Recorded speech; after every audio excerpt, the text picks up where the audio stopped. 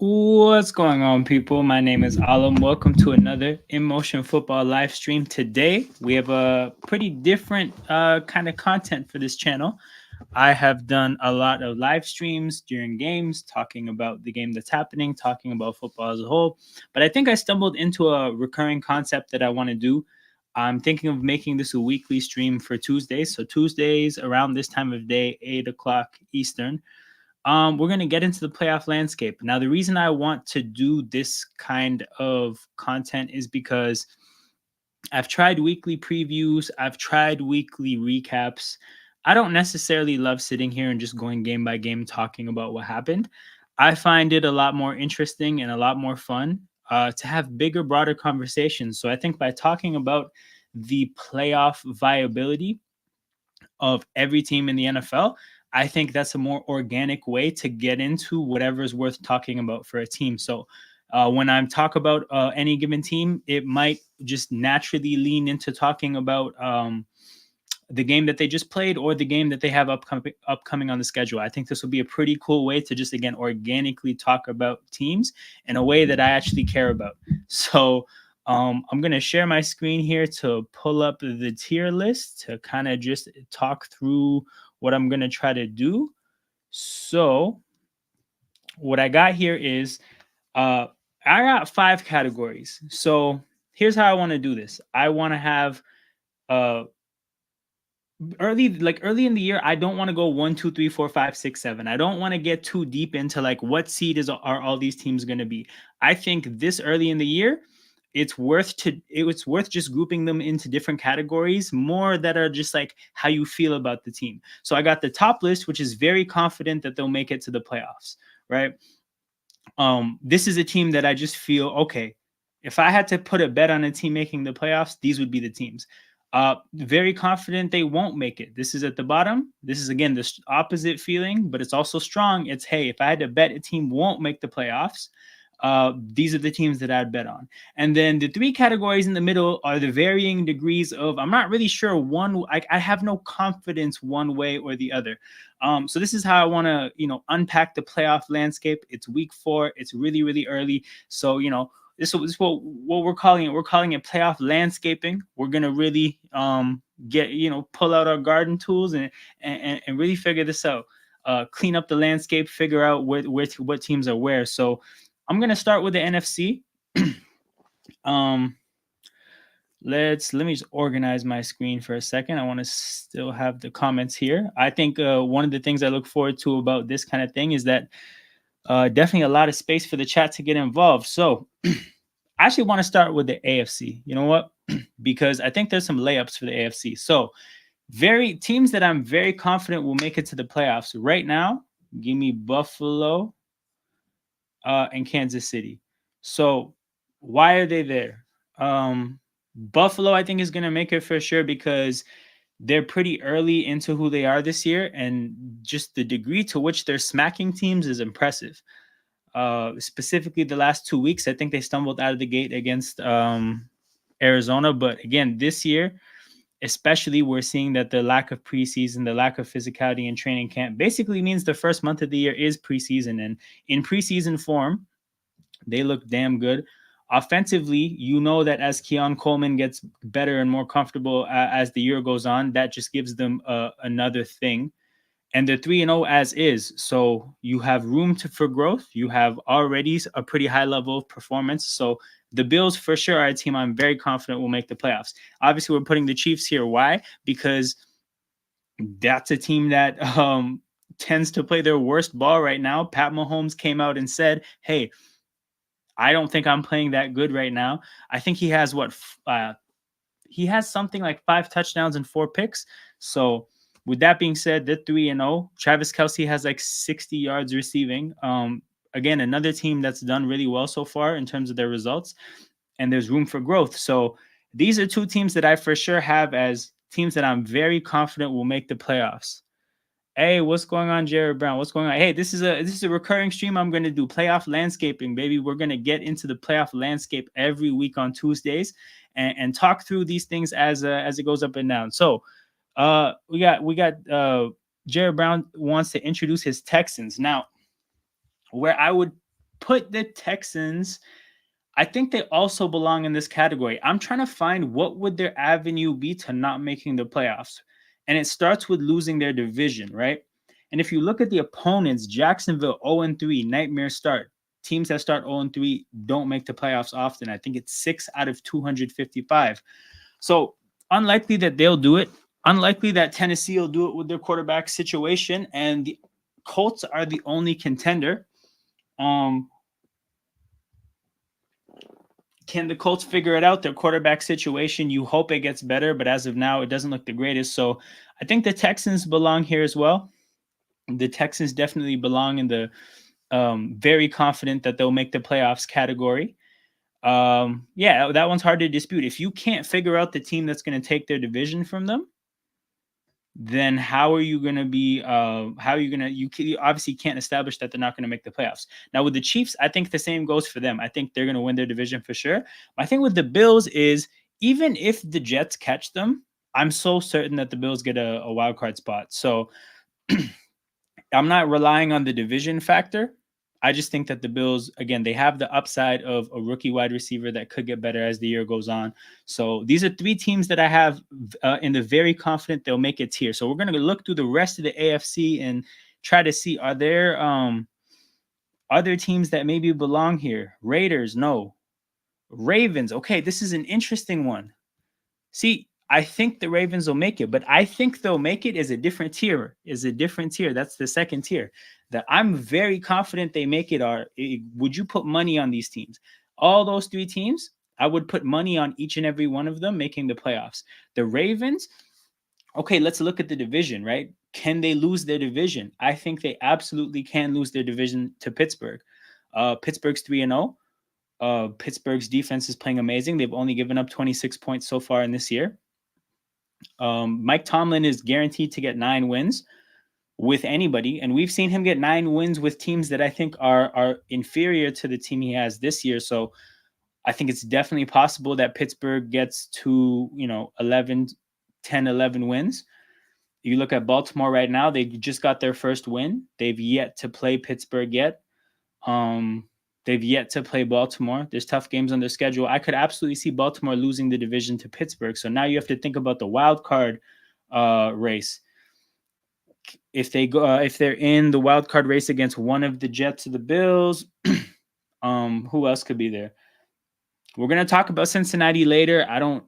Maybe they make it into the playoff race. I'm trying to see. Okay, teams that I could see contending against Baltimore. Miami. You know what? I think Baltimore might have to go in for the same reason that Buffalo gets in. And the reason is because if they, I think the Bills could get caught by the Jets. I think the Ravens could lose it out to Pittsburgh. But if they get in a wild card race, those are definitely like the two favorites for the 2 wild card spots.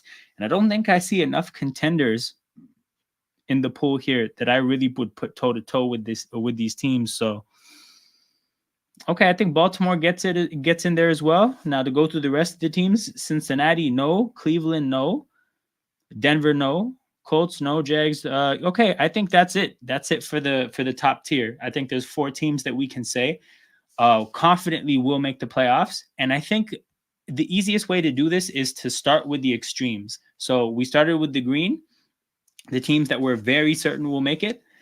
Now we can move to the other extreme, the very confident they won't make it. So I think the best place to start is all of the 0-3 teams in the league are in the AFC.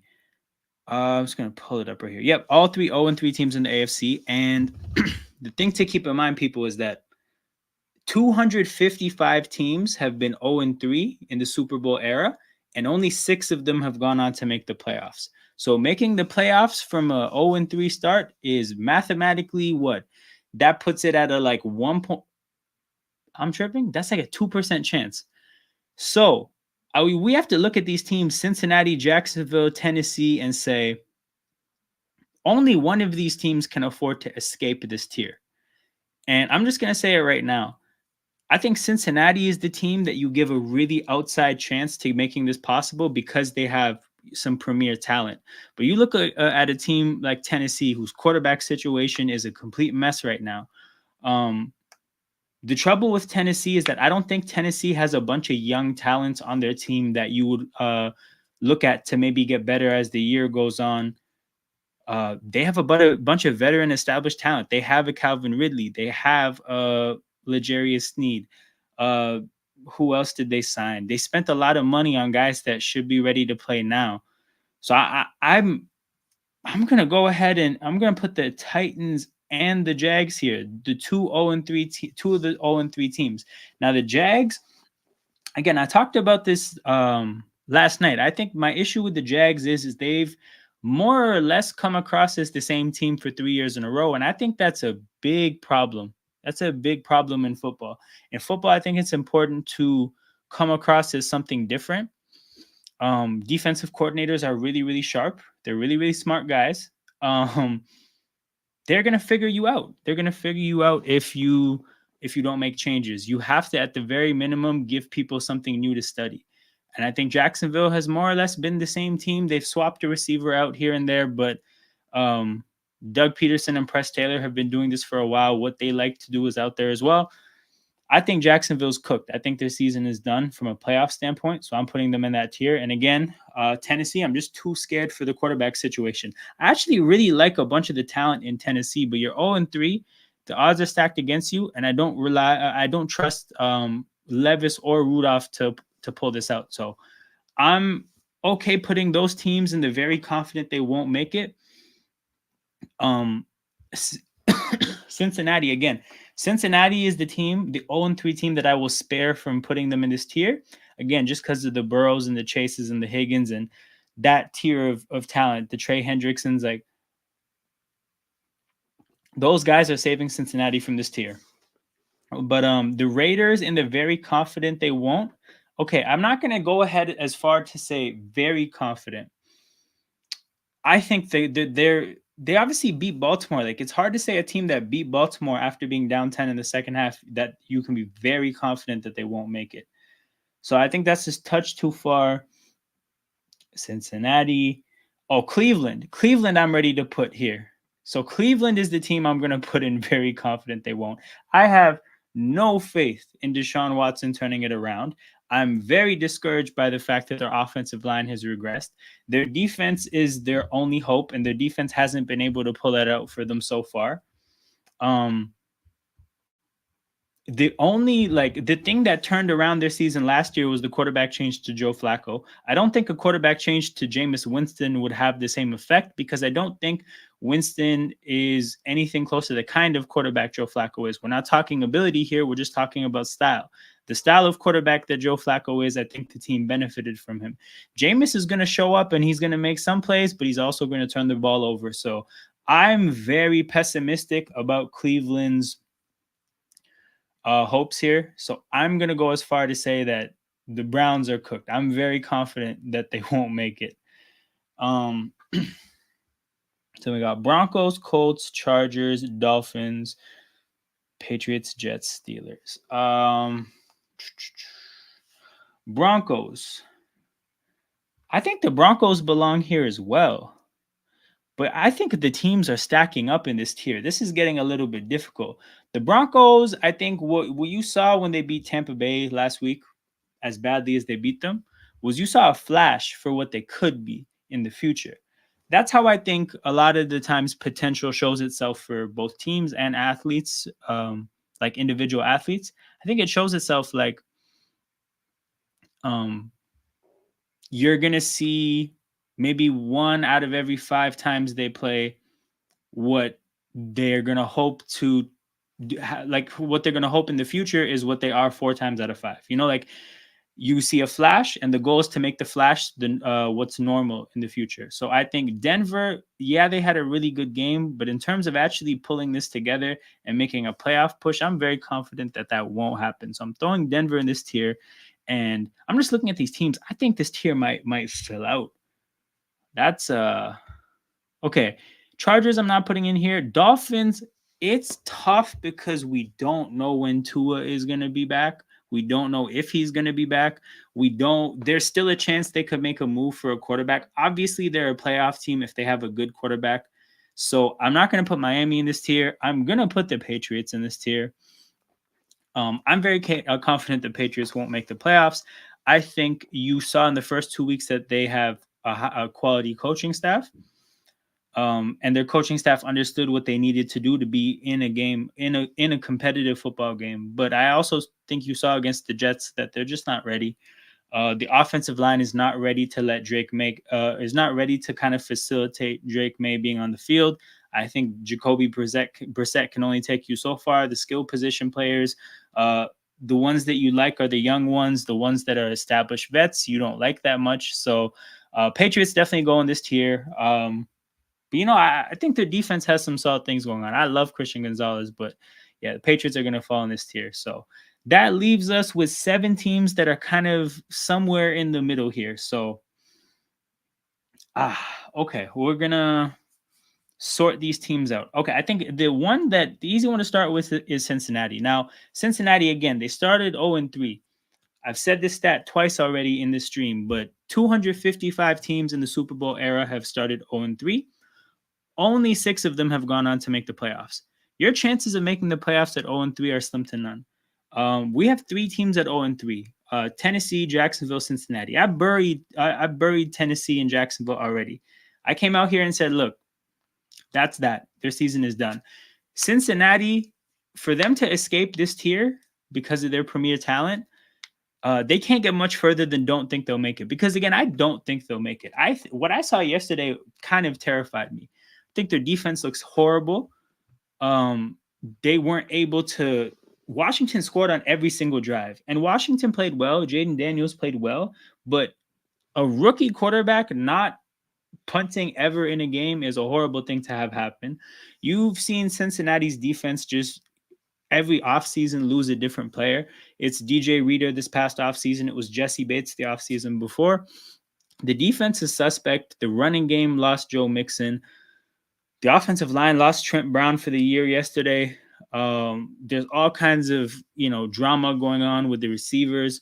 The quarterback has a wrist injury that they've never seen a quarterback have. And he, quite frankly, hasn't necessarily he's looked good. I know Burrows got a lot of criticism for yesterday's game that I think is unwarranted. But I think it would take a miracle for them to make the playoffs. And I just don't see it for them. So I'm putting Cincinnati in the don't think they'll make it tier.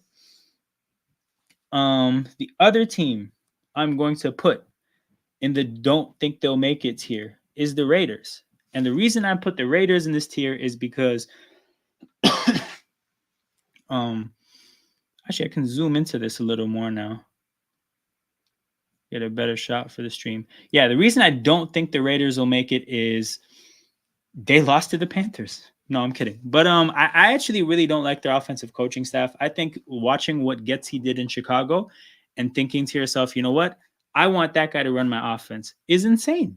And then I think having an opportunity to really build on some momentum as a franchise that they built up last year and being like, who I want for my quarterback position? Gardner Minshew. I think that's pretty wild too. So I think they made some suspect decisions offensively in the offseason. They obviously had a great game against the Ravens, but then they went on to have as good of a game as that was. The game against Carolina is bad to a higher degree. The game against Carolina is a badder bad than the Ravens game is good. So I think I'm really discouraged about what's happened with the Raiders. It looks like they're going to get rid of some players. It looks like they're honestly just going to stand still as a franchise for this year. I thought that last year could have been level 1 in terms of stripping the roster down, adding talent, and then going from there. But it looks like they're just going to cycle through this roster for one more year, get rid of some more guys, bring some more guys in the offseason, and then maybe next year we'll see what happens. But I got the Raiders and the don't think they'll make it here. And then that leaves us with 5 teams. Okay, wait, whoa. How did the Steelers not get addressed? What the hell? I have the Steelers and very confident. How did that happen? I totally just didn't see the Steelers. By the way, people, so I'm very confident that the Steelers are going to make the playoffs. This was supposed to get done earlier. So the reason I'm very confident the Steelers are going to make the playoffs is because, again, Mike Tomlin is good for 9 wins regardless. And if you look at the teams that he got 9 wins with in the past, I think they've all been teams that are inferior to this team.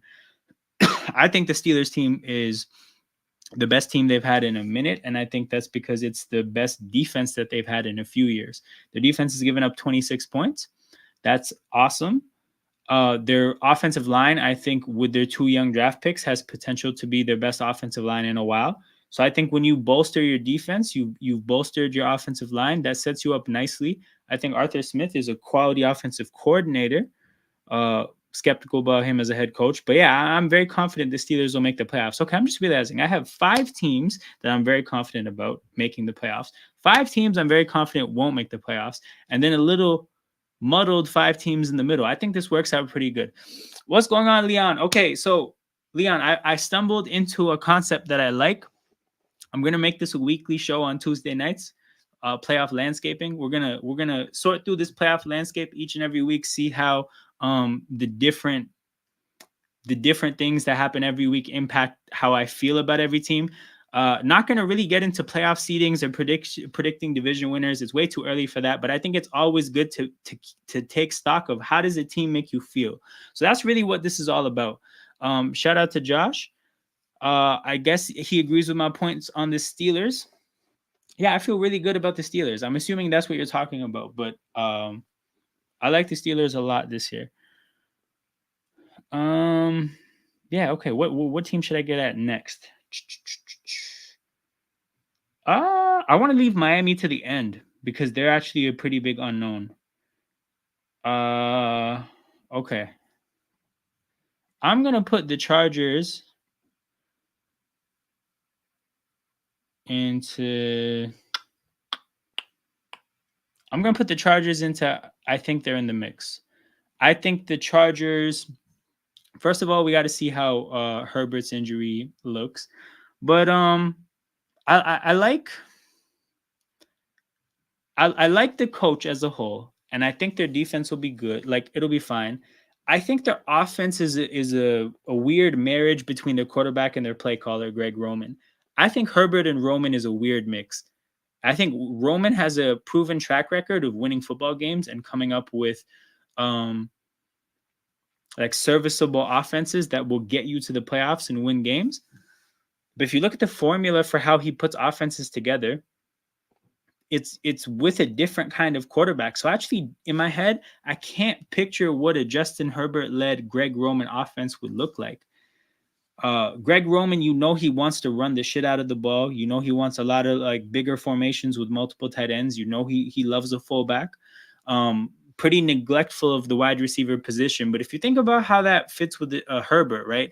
Is Herbert going to run around like a Lamar or a Tyrod Taylor or a Colin Kaepernick? No, not really. Obviously, his upside as a thrower is probably better than all of them.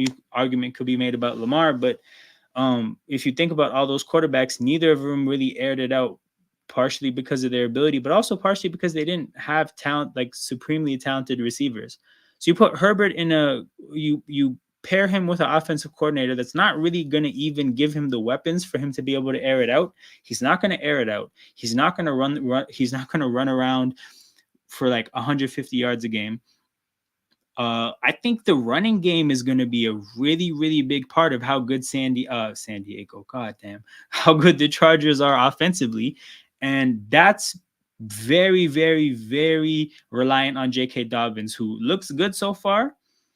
Obviously, is 2 years, I think, removed from an Achilles tear. You hope he stays healthy, but I think I still have a lot of uncertainty with the Chargers. So I don't have a lean on I think they'll make it or I don't think they'll make it. So I think that they're in the mixed tier is for the teams that I'm still pretty uncertain about. So I'm going to put the Chargers in that tier. And then I think the teams that I'm uncertain about, the next team that belongs there is the Dolphins. This is fucking wild. I'm going to have less than 7 teams that I think will make it. So Yeah, Dolphins, obviously big unknown here. The quarterback situation. Is Tua gonna come back? Step one. When is he gonna come back? Step two. If he doesn't come back, um, at that point, can you trade for a guy? Who are the free agents? If Huntley is playing, can Huntley keep playing? Uh, there's a lot going on there. So quarterback position is a complete unknown. I think Miami's like belongs in the middle for sure. Now, if they were a healthy team, like I mean, obviously, like if they had a healthy quarterback, they would be in the I think they'll make it tier. They would not be in. I'm very confident they'll make it. But yeah, the lack of certainty at the quarterback position gets them one spot below, and yeah, they're going to be in that middle tier. That leaves us with two teams, the Colts and the Jets. Um, how do I want to do this? Okay, I'm going to put the Jets in. I think they'll make it. The reason why I think the Jets will make it is because I think Rodgers is going to, at the very minimum, play enough football, right? And I think if he misses a game here or there, Tyrod Taylor is serviceable. And then the other side of it is I think that they're gonna be buyers at the deadline. You have a 40-year-old quarterback. I think they'll add to what they have. And for that reason, um, I think there's upside for this team from this point onwards. Even if what we've seen so far, I don't know many people who aren't fans of Garrett Wilson and Brees Hall. So yeah, I think the Jets definitely. I think they'll make it. My only reason I don't want to say I'm confident that they'll make it is because, I mean, truthfully, like I don't actually think I don't think they're an elite team. I don't think that they're a high ceiling team. I do think they're a high floor team. I guess that's the best way I could say it. So yeah, I don't think that they're a team that's going to get 11, 12 wins, but I feel pretty good about the fact that they're going to get like not like 10. So yeah, I'll put the Jets and I think they'll make it. That leaves us with one team, the Colts. And I haven't seen enough from the quarterback position to put them in the tier if I think they'll make it. So I'm putting them in the mix. I'm definitely putting them in the mix. So the reason why I say that is because I really like Shane Steichen as a coach. Well, I like him as a play caller. I was impressed with him as a coach last year. I think his resume, I brought this up yesterday during the watch long. His resume as a play caller is stellar. Got Herbert's best year in his rookie year, got Hurts's best year in the Super Bowl run. Last year got Gardner Minshew's best year. He has a solid resume of getting quarterbacks' best years. So I thought that given his familiarity with what was and wasn't possible with Jalen Hurts, that he would find something with Anthony Richardson. I think what we're seeing is that while they are both mobile quarterbacks, they are actually pretty different quarterbacks, especially the stages of their career. Anthony Richardson is very, very early into his career. There's a lot of development that has to happen there. So all things considered, I think the quarterback position is actually like quite a bit of an unknown there. I think Anthony Richardson by the end of the year could look phenomenal, or he could just look like this, or he could get hurt. And then if he gets hurt, they have Flacco. I think that puts them in a nice situation in terms of having a backup. But yeah, there is also a timeline where Anthony Richardson plays the whole year and he kind of just stagnates. So I don't want to say I think they'll make it, but they're definitely in the mix here. So if we look at how this shook out, we got two AFC North teams, two AFC East teams. So and then winners of the South and the West. So we got the 4 division winners there out of these top 6 teams that I either think will make it or I'm confident that they'll make it. We got 2 wildcard teams. So that leaves the Chargers, Dolphins, and Colts going at it for that last playoff spot. Outside chances for the Bengals and Raiders. So again, what I'm leaving with this, what I'm gonna leave, what I'm gonna take from this information is when you see these teams matching up, when you see Chargers, Colts, Dolphins, Bengals, Raiders, those, or throw the Jets in there. When you see these teams in the middle matching up, know that that's a huge game. Like the playoff implications of a tiebreaker, and obviously just like the fact that it's kind of it's a swing of 2 wins or a swing of 2 results when they play. Those matchups are going to be really big from those two teams, but or when those teams match up. But yeah, shout out to everybody in the chat. There's 8 people watching live. Make sure you guys hit that like button and subscribe to the channel if you haven't already. Yeah, this is the AFC. Guys, feel free to get your thoughts in the chat. If you guys agree or disagree, we can revisit this if there's any thoughts about it after the fact. But I'm going to move to the NFC now. So I think this is a little bit murkier because there's no 0-3 teams. And okay, we'll just get into it. So NFC, I'm starting from the bottom. So I'm gonna start with the 1 and 2 teams. New York Giants, very confident they won't make it. The quarterback situation is a little bit too shit. It's just a little bit too shit for my liking. How do I? Okay, I just want to make sure the screen looks nice on the stream. But yeah, a little bit too shit for my liking. The roster isn't good enough to compensate for it. It's a coach that's on the hot seat. I think Malik Neighbors can only do so much. Brian Burns can only do so much. Dexter Lawrence can only do so much. So yeah, very confident that the Giants will not make it. Another 1 and 2 team, Chicago Bears. This one might be met with some pushback, but I'm very confident that they won't make it. I'm ready to put a fork in their playoff hopes. It's not that I don't think they can get better. Actually, I'm pretty confident they will get better. And part of the reason I'm confident they'll get better is because it really can't get much worse than this. It's really bad right now. They can't give Caleb Williams a pocket. They can't run the ball. Their defense has had some really solid like stretches, but again, something I'm always wary of is when one unit is really, really good. Actually, no, I lied. It's not across the board. When the offense is horrible and the defense is really good, I think those defenders can only play like with the same like aggression and motivation for so long. Playing defense is physical and brutal, and when you know your offense is just going to show up and do nothing, like I think a defense can only play for so long while games aren't going well. So I just like, I think it's tough. I think their offensive coordinator deserves a lot of criticism dating back to last year in Seattle. Their head coach has definitely deserved a lot of criticism dating back to 2 years ago. So I think there's a bunch of guys that I just think the way this season is supposed to end is they're supposed to clean house. They're supposed to get rid of the coaches, the management, and they're supposed to start fresh with Caleb. So I'm very confident that the Bears won't make the playoffs. Dallas Cowboys at 1 and 2. Do I want to put them in this tier? I don't.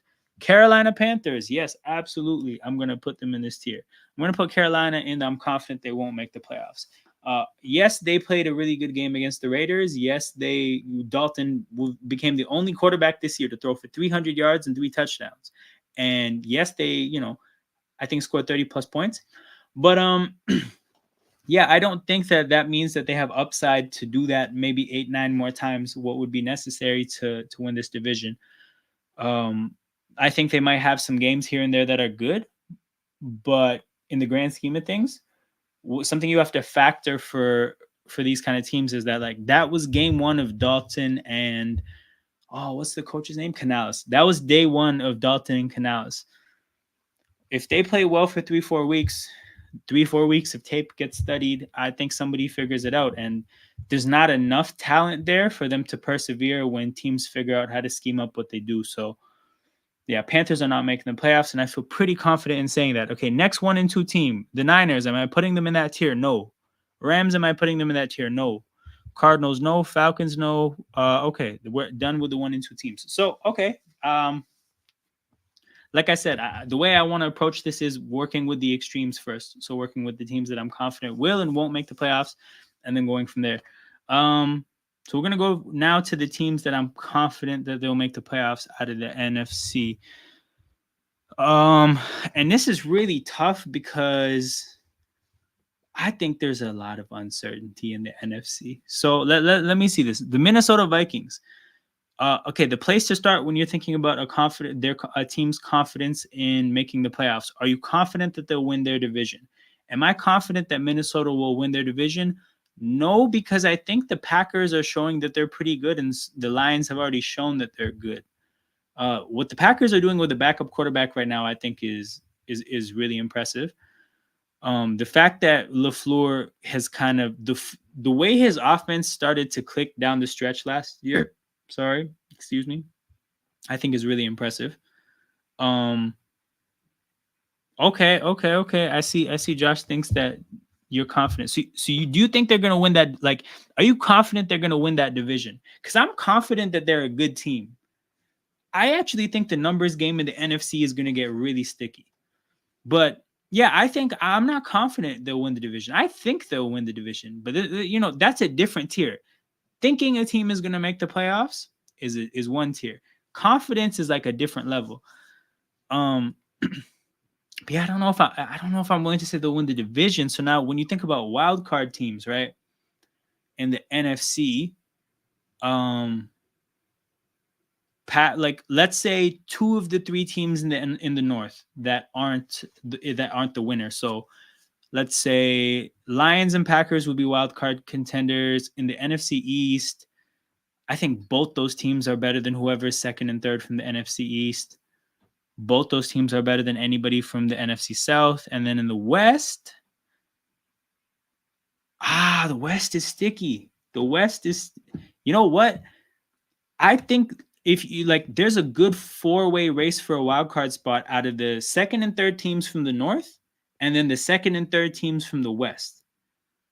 So the numbers, like, here's the thing. They're so close to deserving a spot, and I'm very confident they'll make it because they're 3-0. But if they were 2-1, without a shadow of a doubt, I wouldn't put them here. So I'm gonna hold off on it. And I think the other thing to take from that is if you're not confident a team is gonna win their division, I don't think you can put them in, or me, I don't think I can put them in. I'm confident that they'll make the playoffs. I can only be confident in division winners in this conference. So yeah, I'm not going to put them there. And then, if that's the thinking we're going to start with, who are the division winners we're confident about? I'm not confident about the division winners in the North. I'm not confident with the division winners in the South. I'm not confident with the division winner in the West, shockingly, because San Fran's situation is falling apart. This is messy. I think the team you could say inspires the most confidence in winning their division is the Eagles. And the big part of the reason that that's the case is because of the state of the competitors. The Giants are a mess. The Cowboys have, they've shown that they have real issues. The Eagles have shown that they have issues as well. But, one could argue that the Commanders might be the biggest threat to the Eagles winning the NFC East. And the Commanders played a horrible defense yesterday. They looked solid, but they played a horrible defense. So it's tough. I honestly think, okay, I may have, this is going to be a funny thing. I might only be able to put the Eagles in this tier, and that's because of the state of the NFC East. So I think I'm going to do that, people. Think again. So I'm probably going to have to explain this. Somebody's probably going to see this chart, and they're going to be like, whoa, the Eagles are the team you're most confident in, and you're an Eagles fan? Like, that doesn't add up. But really, it's not because of the Eagles. I'll be the first one to tell you guys. They do a lot of dumb shit. Quarterback makes bad decisions. Quarterback turns the ball over. We had some horrible defensive moments. But again, this is about the fact that the Eagles still have so much firepower, and our division just doesn't. So I'm saying the Eagles, I'm very confident will make the playoffs. And again, because of the numbers game of the wild card race, I'm not putting anybody else in this tier. But I think this next tier is about to be stacked. So teams that I think will make it. Okay. Actually, it might be better to flush out the teams that. Actually, I don't even know how to approach this. You know what? I'm gonna skip to teams that I don't think will make it. I don't think Arizona will make it. Hey, big up Joel. We got a new show here. Actually, the first show I've had for either channel. But yeah, playoff landscaping, bro. We're going through the playoff landscape every Tuesday at around this time, 8 a.m. Eastern time. And I got these 5 groupings of the way a team could make me feel in terms of their playoff prospects. Um, and we're just going to keep stock of, as every week goes by, how does, a team make me feel? If you missed, I did it for the AFC already. This is where I'm at. Hold on, I'll get the comment off the screen. We can revisit this later if you want to. But yeah, everybody in the chat, feel free to get your thoughts in. Onto the NFC again, for the people that are now freshly joining, I'm only putting what I determined when I looked through the teams here in the NFC is that I'm only confident a team will make the playoffs if I'm confident that they'll win their division. And I'm only confident that the Eagles will win their division because of the state of the other teams in the NFC East. So that's why the Eagles belong in that tier. And that's why they're the only team that belongs in that tier. But again, I'm an Eagles fan. I'll be the first person to tell you it's a flawed team right now and a flawed setup as a whole. But we're going to get to the rest of these teams. Teams that I think will make the playoffs. Okay, where do I start? It's not going to be any of the NFC South teams, because I think they're all in the mix. Oh, you know what's wild? Shit. Okay. I think I'm going to put literally the rest of the NFC North. I think this is what we're going to do, people. I think this is here's how we'll do it. Okay. And I guess I'll talk through them together at the same time. But I think the Lions have shown that they have things about they showed how well they could play last year, and I think that they've upgraded certain parts of their team. DJ Reader, they took from Cincinnati, amazing run stopper. Their run defense is much better this year. Jamison Williams has potential to add things that they didn't have last year. Jahmyr Gibbs has potential to get better. I don't feel like I have to say this too much, but I think they're definitely going to. Do they belong? Damn. You know what it is? Okay, again, I'll talk through the numbers game in this NFC, but here's my thing. If they don't win their division, which they might not because there's other good teams, the wild card race is difficult. So, but yeah, I feel good about Detroit. Now, the Packers, I think, again, what they're doing without Jordan Love is impressive. LaFleur is showing that he can put together a game plan. I think he showed last year with the way the offense looked with Jordan Love that he could figure out what his quarterback needed. He's showing it even more now that he understands that kind of a thing. Their skill position players are so young that they should get better the more football they play. Their defense looks better than last year. The defense was a joke last year, and I think they lead the league in turnovers. So again, I feel pretty good about the Packers making the playoffs. And then the Vikings, I've been long making the case for the fact that Minnesota has a good situation around their quarterback position. Now, I thought the quarterback position would hold them back, and I still think it will. But what Kevin O'Connell has shown is that he can figure out a game plan for a quarterback. Again, kind of much like LaFleur, O'Connell was scheming up plays to win games with Josh Dobbs 3 days after trading for him. I think last year they showed that they know what to do with players, that coaching staff, because I don't think that they had a talented team last year. But they showed that they could coach up, mediocre players. And then they spent a bunch of money to get better players. So I think when I say that I think they have a really good situation around the quarterback position, maybe one of the better ones in the league, it's not about them having the best players, but in terms of the marriage between their coaching and their players, I think they're set up really nicely. I do think Sam Darnold will come back down to earth. But again, if you're talking about a team that's already has 3 wins, a team that they haven't played the Bears yet, right? All right, 2 more wins probably, right? I feel good about Minnesota. So again, these are all teams that I think will make it. I think that the 2 that won't win the division will find a way to get into the playoffs. But again, the numbers game is tight, and that's something that I think is going to be reflected the more we do this. So the Niners, I think, also belong in. I think they'll make it. But again, what I said is that if you imagine the team not winning the division, and it's possible that they don't win the division, especially with the injuries they have going on. I don't know if they're going to have Christian McCaffrey back this year. And if it does come back, the chances of him tearing that Achilles are not insignificant. There's a chance that happens. They're already banged up a little bit. There's the whole Super Bowl hangover element. Their defensive their defensive coordinator, I think there's definitely a drop off there. Dre Greenlaw is amazing. Not having him is going to be tough.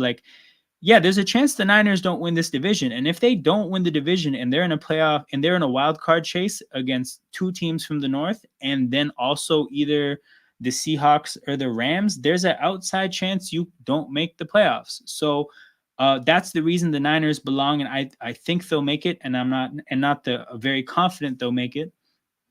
But yeah, we know what it is with San Francisco when they're a fully healthy outfit, but will they be the same fully healthy outfit at any point this year? I kind of don't think so.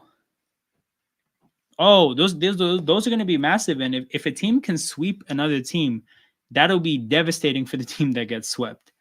But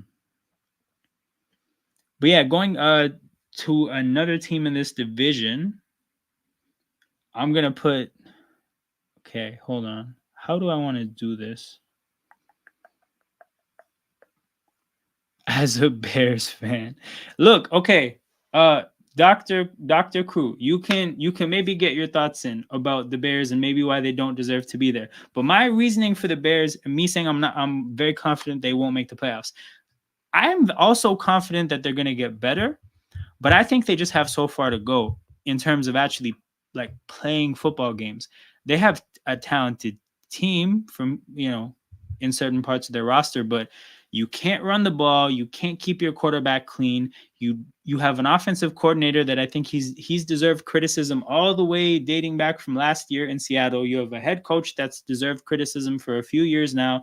Oh, you get it, right? The coaching is horrible. And I think the natural just path for this team is that you have a year that gets all the coaches and the management fired, and then you start fresh and you interview coaching and management candidates from the standpoint of, we have Caleb Williams.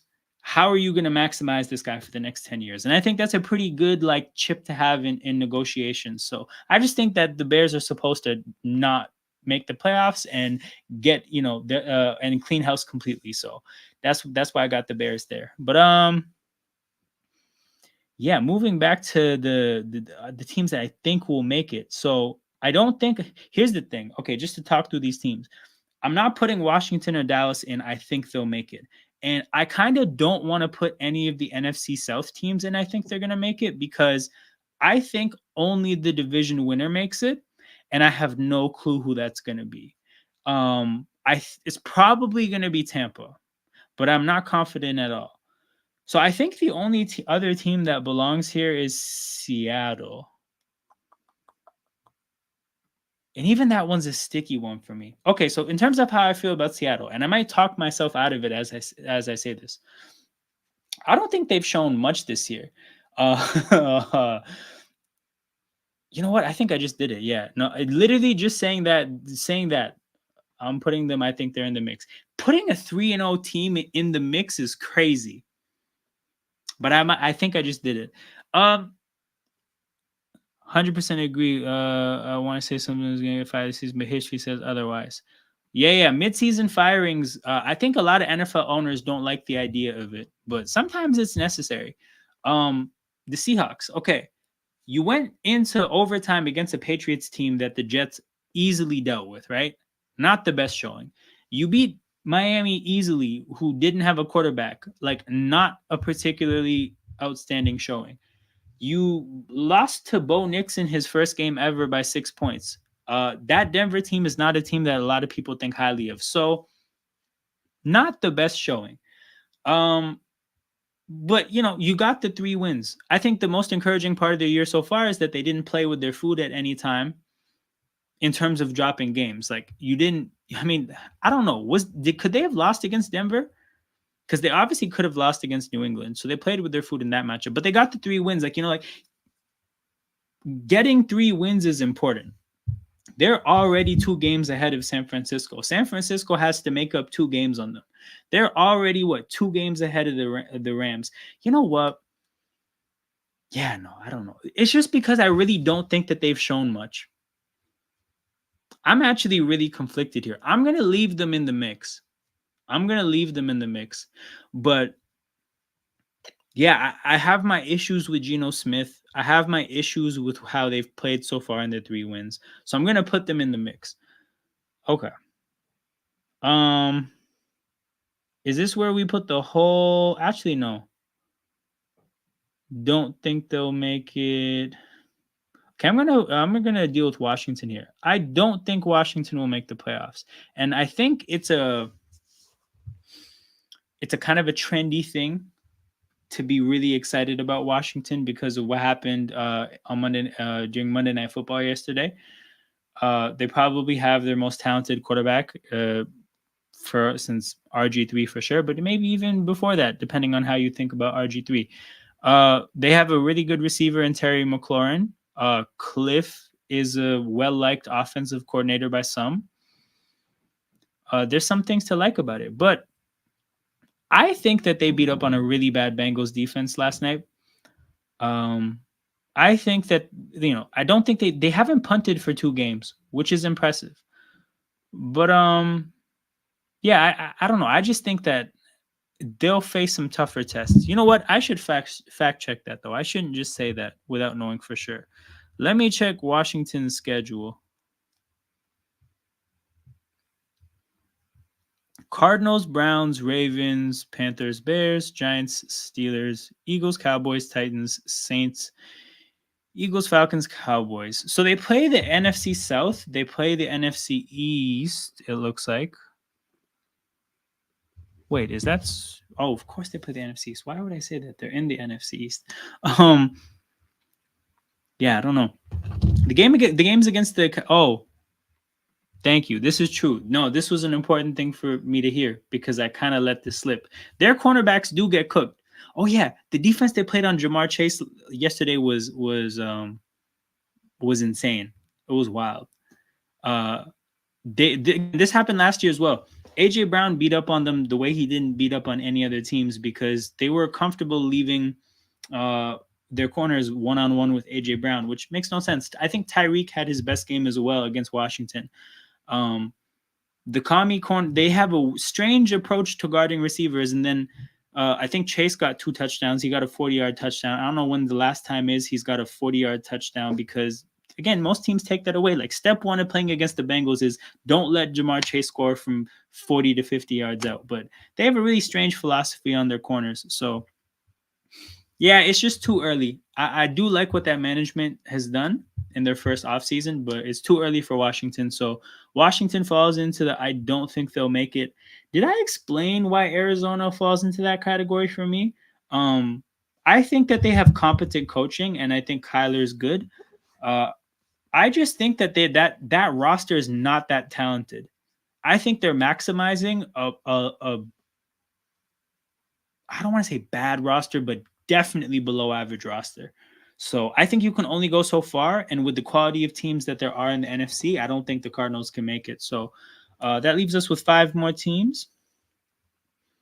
Who do I want to get to first? Okay, do I want to now? Okay, I'm going to do it. I'm going to put the entirety of the remaining teams for the NFC South. I'm going to put them all in. I think they're in the mix. So why do I put all these teams in the mix? I think that only one of them will make the playoffs. I don't think they're capable of hanging in a wild card race with the likes of the Vikings, the Packers, the Lions, the Niners, the Seahawks. I don't think they can hang with those teams. I think Tampa Bay showed some pretty good things down the stretch, but you also saw what's possible against Denver. I don't think performances like that should be completely disregarded. I think they benched Rachaad White, but they're turning to Bucky Irving, and I think that that's a bad sign because I don't think Bucky Irving will be somebody who actually, I'll put it this way. I don't think you give Bucky Irving the snaps because you think, you know what, this guy could be a game changer as a running back. I think you do it out of necessity because Rashad White is showing that maybe he's not the guy. Obviously, Baker Mayfield lost his play caller. Canales left. How Liam Cohen fares, we'll see. The early results look decent, but we'll see in big games down the stretch if this offensive coordinator can replicate what Canales did. Yeah, I don't know. Sorry. Totally, just my main point about Tampa just came to me. How did Bo Nix have his best game against the Todd Bowles defense? Todd Bowles has been known for years as the kind of defensive coordinator that's a nightmare for a young quarterback or a rookie quarterback. That's pretty well established. So me being an Eagles fan, I'm pretty aware of the problems that he's caused Jalen Hurts. And to be honest, the how big of a contributor he is to putting the book out there on Jalen Hurts. So when I see Bo Nix showing up and having his best game against Todd Bowles, I'm like, whoa, Todd Bowles, have you lost your fastball? Like, are you done? Like, did something happen to you? This is not like you at all to have this happen. So that's concerning. That's concerning. So I think that scared me quite a bit. Like, you could say that a loss is a loss and sometimes bad games happen, but that bad game should not have happened. Bo Nix, a rookie that a lot of people are very critical of, should not have had a career day against your defense. So that's what makes me not confident that the Bucs will win the division or hang with some of the other teams in the wild card race. Atlanta Falcons. I think that they have. Here's the thing. I think the Atlanta Falcons were a team that were put together by management that I don't trust in terms of like the foundations of the team. And then they spent a bunch of money to bring up a team that I don't think was well put together, right? But then when you just throw enough money at it, you're gonna bring it up to like a basic level. So like I think Atlanta's moves this offseason did quite a bit to bring up their floor, but I don't think they're a high ceiling team whatsoever. I really like their offensive coordinator and their play caller, but what I heard was that as from a scheme standpoint, he doesn't suit the offensive lineman at all. They have an offensive line filled with 5 first-round picks, I believe, of offensive linemen who are talented and have had some pretty good showings in the last couple of years. But my understanding is that not well suited at all for this scheme. More of a zone scheme. Get the offensive lineman. I think the point was is that like in this system, you're gonna have the offensive linemen like pass blocking a lot more. In prior systems, they would just let the offensive linemen go beat up on defensive linemen. That's like just aggression, go forward, and really like get them going in that way. But this offensive coordinator is not really. He doesn't really think about the game like let's run the ball, let's really get the offensive lineman going that way, and then start passing after that. So I heard that that's an issue.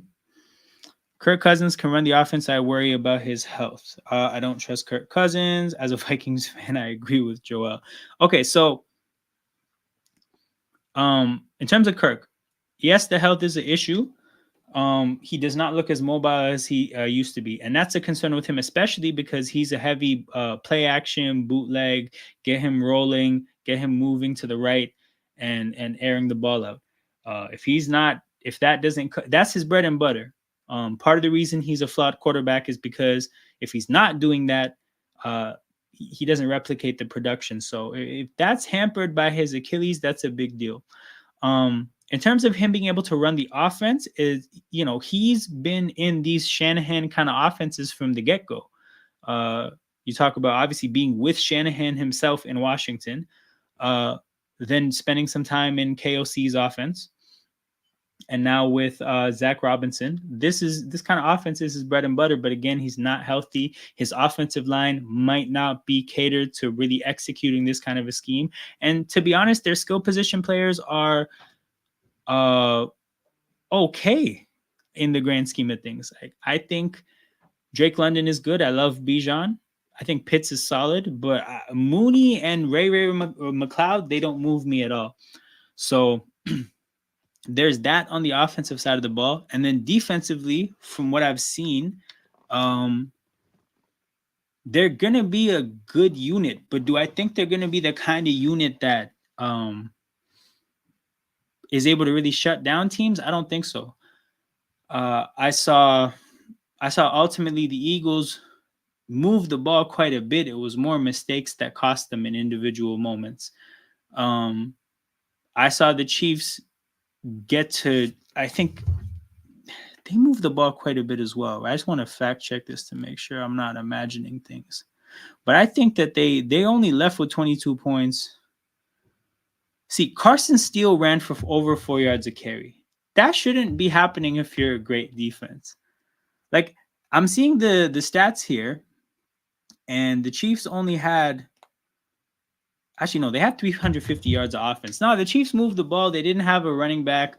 Yeah, I don't think the Falcons defense has shown that they live up to the amount of money that's been spent, right? So that's my issue with the Falcons. Again, I don't think they'll hang in a wild card race. They have to win the division, and I'm not certain that that's going to happen. Now, on to the Saints.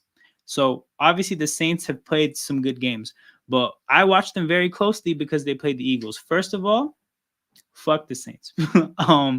I thought their approach to that game with the dirty hits, I just don't like it. That's the house that Greg Williams built. People never forget. I mean, the Falcons are more known for their secondary. This is true, and I think their secondaries definitely played well. But again, Carson Steele running for 4.2 yards. Just if that's what you have defensively, that's going to come back to bite you in the ass at some point. But it is true though. Something I noticed when the Eagles played the Falcons. Obviously, we were missing AJ Brown, but even when we're missing AJ Brown, the Eagles will still take some deep shots against New Orleans. Goddard got a target pretty far down the field on the first 43-yard pass. I think in the first quarter, we took a deep shot. I think there was another. Devontae Smith got a deep shot at some point as well. But we took no deep shots against the Falcons. Like, the game plan was very clearly do not test Simmons and Bates. And the one time Hurts throws the ball at the end of the game, down the field, he throws a pick. It's true. The Falcons do have a very good secondary. But yeah, the Saints. Okay, so the Saints, I was very disappointed with the Saints against the Eagles. I think that they had a horrible game.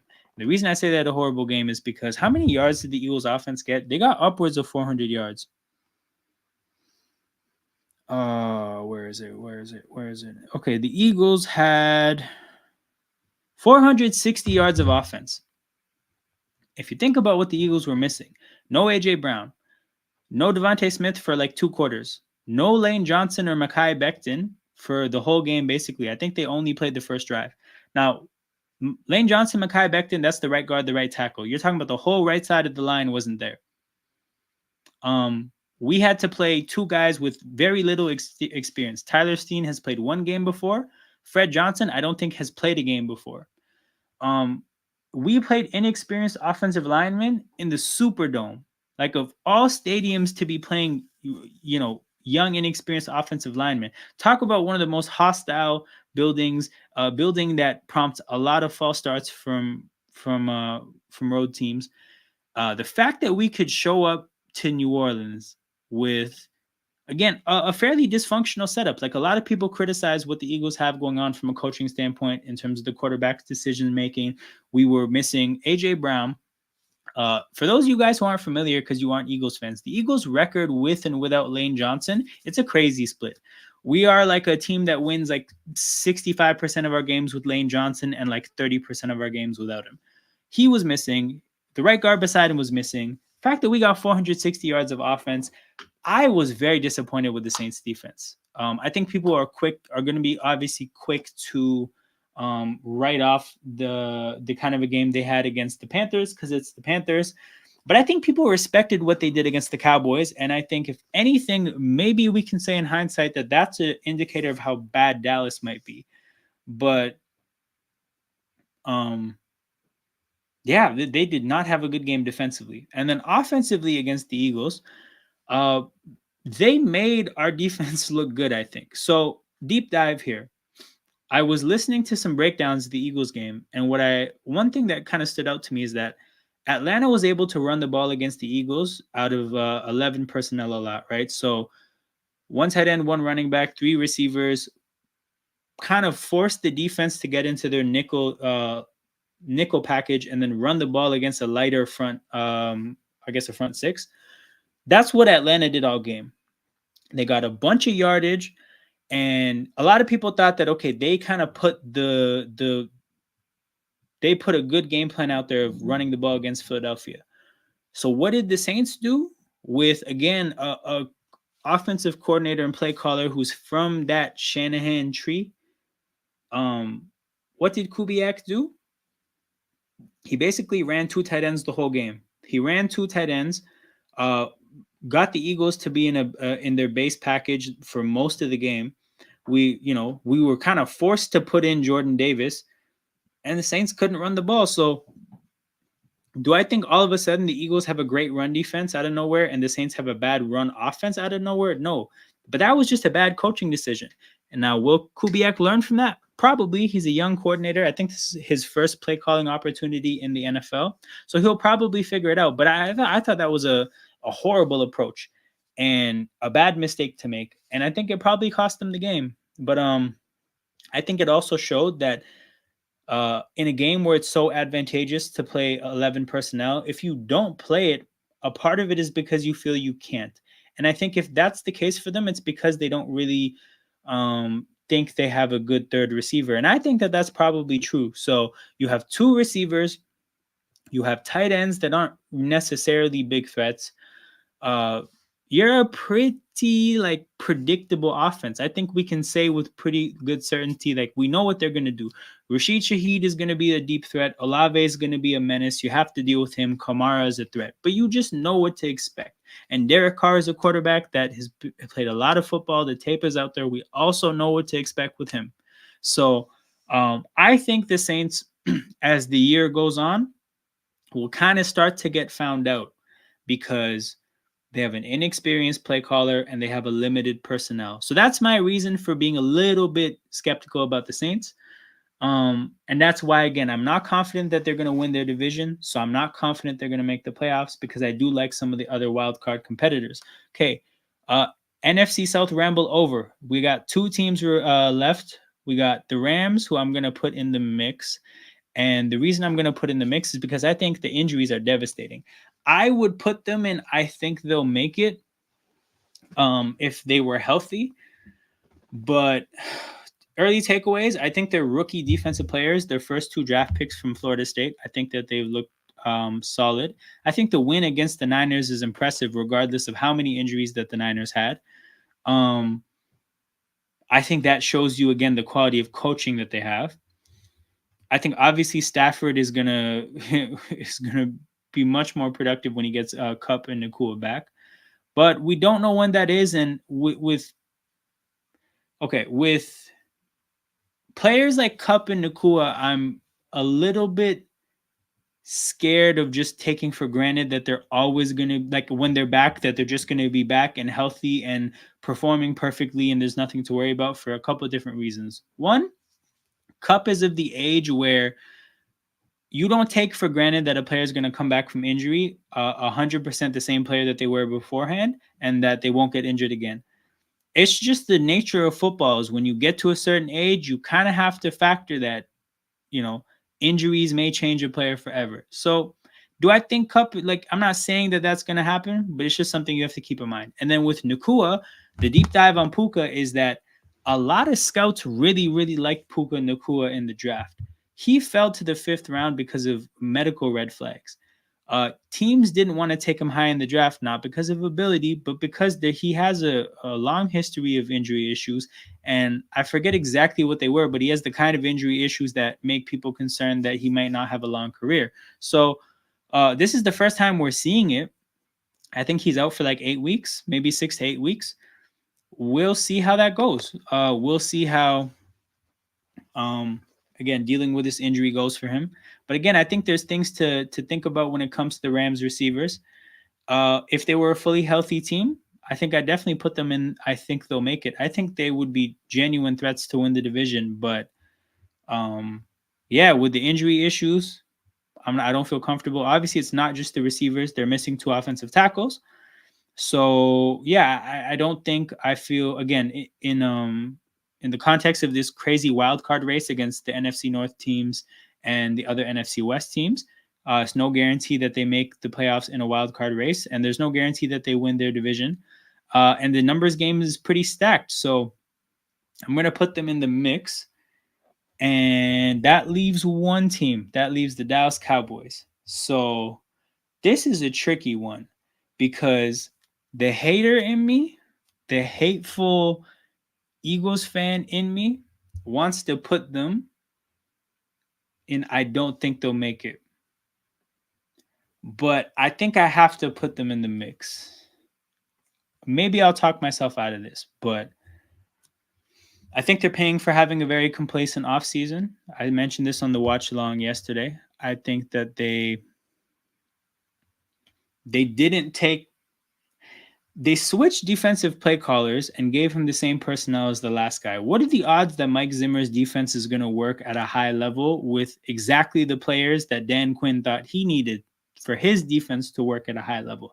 I think that's a outlandish thing to do, but they did it. They on the offensive side of the ball, they kept the same coaches, obviously, but they swapped out Pollard for Zeke essentially. I don't know what you saw in your offense to think that that one swap out was going to change things much, especially when you definitely downgraded your offensive line. Now, I like the 2 rookies they drafted, and I think they'll be fine in the long run. But rookies, starters on the offensive line, at least at the very minimum in their first year, are going to be downgrades from the vets that you had last year. So, and this is another good point. As a Vikings fan, shouldn't trust a Zimmer defense. Now, I'd love to hear more details about exactly why, because I'm not necessarily familiar with his defense. I'm familiar with the results, but I'm not really familiar with his defense. But yeah, I think with the Cowboys, there's a lot of reasons to be concerned. I really want to put them in the don't think they'll make it tier. The problem is I actually just think that they have too much talent in comparison to those teams. If you compare their roster from a talent standpoint against a Arizona or a Washington, they're just too talented for those teams. So I have a hard time putting them in that tier. But man, I don't think they'll make it at all. Like if I'm just thinking about it, I don't like their chances. They had a horrible offseason. Your 2 additions are Ezekiel Elliott and Eric Kendricks. And your draft picks, it's not even like you had a rookie class that makes you feel like, oh, these are going to be game changers that really change our team. No, the main rookies you picked were replacements for linemen that you lost. So yeah, it's not a good situation for Dallas, I think. But yeah, that concludes it, people. We did our first playoff landscaping. So for those of you guys who missed the AFC, this is what I came up with for the AFC. So I think the clear thing is the difference is I had 5 teams that I'm confident that they're going to make it, 5 teams that I'm confident that they won't, and then 5 teams that I was kind of uncertain about. I think I have a lot more clarity about the AFC. Like I know how I feel about the AFC. NFC, it's a lot muddier. You got 3 teams I'm confident won't make it, 1 team I'm confident I will, and then 11 teams that I'm kind of, uncertain about. So again, this is what the point of this exercise is, people. We're going to, on a week-to-week basis, take stock of how do I feel about the teams in the NFL. Like this is vague and broad on purpose. I don't want to say contenders, pretenders. I think that's a very discussed way of, overdone way of discussing teams. I don't want to sit here and make predictions because I think that making predictions of seeding in week 4 is ridiculous. Like that's just a completely empty exercise. I don't think anybody gets any value out of that. Yeah, I think right now, your thoughts and feelings about teams are going to be vague enough because 1, there's a small sample size for whatever you've seen. And 2, because we're kind of in the preseason. Like this is the reality of 2024 NFL football. The first month is really just preseason. So you learn what you have to really like think through what you've seen to see what you can learn from the first 3-4 weeks. But it's gonna get flushed, and really from October onwards, that's where we're gonna see who these teams are. So look, I think this was a really fun exercise. I loved the interaction with the chat. This was a lot of fun. I recognize a few people who uh, showed up here from the Grassi Posse raid yesterday. So that's cool to see you guys return. Happy that you guys saw enough in the watch along yesterday to want to come back. That definitely means a lot to me. So like I said, we'll be back a week from now to do this again. This is going to be a weekly fixture on the channel. Thursday night football, we're going to have a watch along for all the new Grassi Posse friends that I have. So that'll happen again. And Sunday night football, that's the other staple on this channel. So again, for the people that are new, what's going to Sunday night football, the watch along and recap of the Sunday's football, that's a staple on this channel. Playoff landscaping on Tuesdays, where we talk through how we feel about the teams, that's going to be a staple. And then just watch for Thursday night watch alongs and Monday night watch alongs as per my schedule. So that's how this channel works, people. Make sure you subscribe to the channel to make sure you don't miss out on anything. And make sure you hit the like button whenever you're here. Those are two really important forms of engagement for the growth of a channel. And that's ultimately what I'm trying to do, people. The subs on my channel doubled yesterday because of, the algorithm gods and Tom Grassi. So that's much appreciated.